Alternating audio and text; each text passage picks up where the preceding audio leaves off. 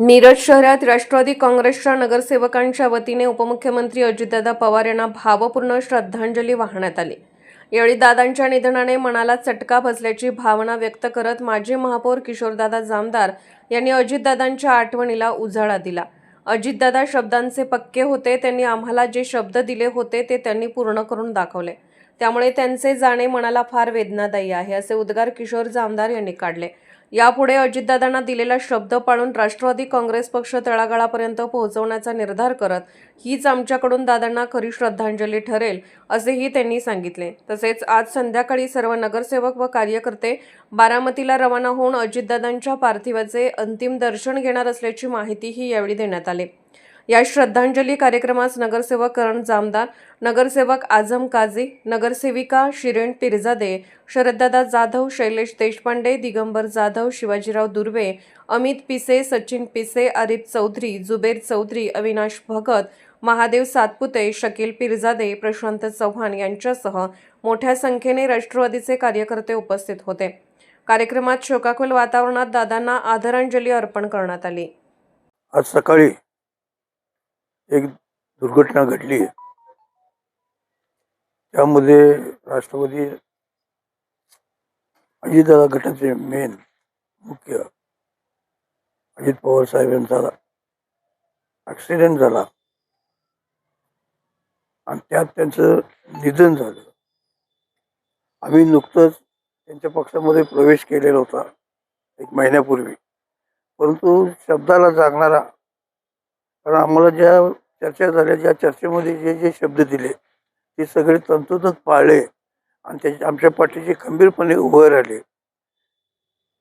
वेळेला पक्का, शब्दाला पक्का आणि कार्यकर्त्यांना ताकद देणारा असा नेता आम्हाला पटलं, म्हणून महापालिकेच्या इलेक्शनमध्ये त्यांनी आमच्यावर जबाबदारी टाकली। आम्ही ती जबाबदारी पेलली आणि पार केली, परंतु ज्या वेळेला आम्ही इथं प्रवेश केला आणि ही दुर्घटना घडली, त्यामुळं आता अजितदादांना जे शब्द आम्ही दिलेले आहे की मिरज शहरामध्ये अजितदादा राष्ट्रवादी काँग्रेस या पक्षाचं काम आम्ही पुढे चालू ठेवणार आहे, हीच ती त्यांना खरी श्रद्धांजली होणार आहे।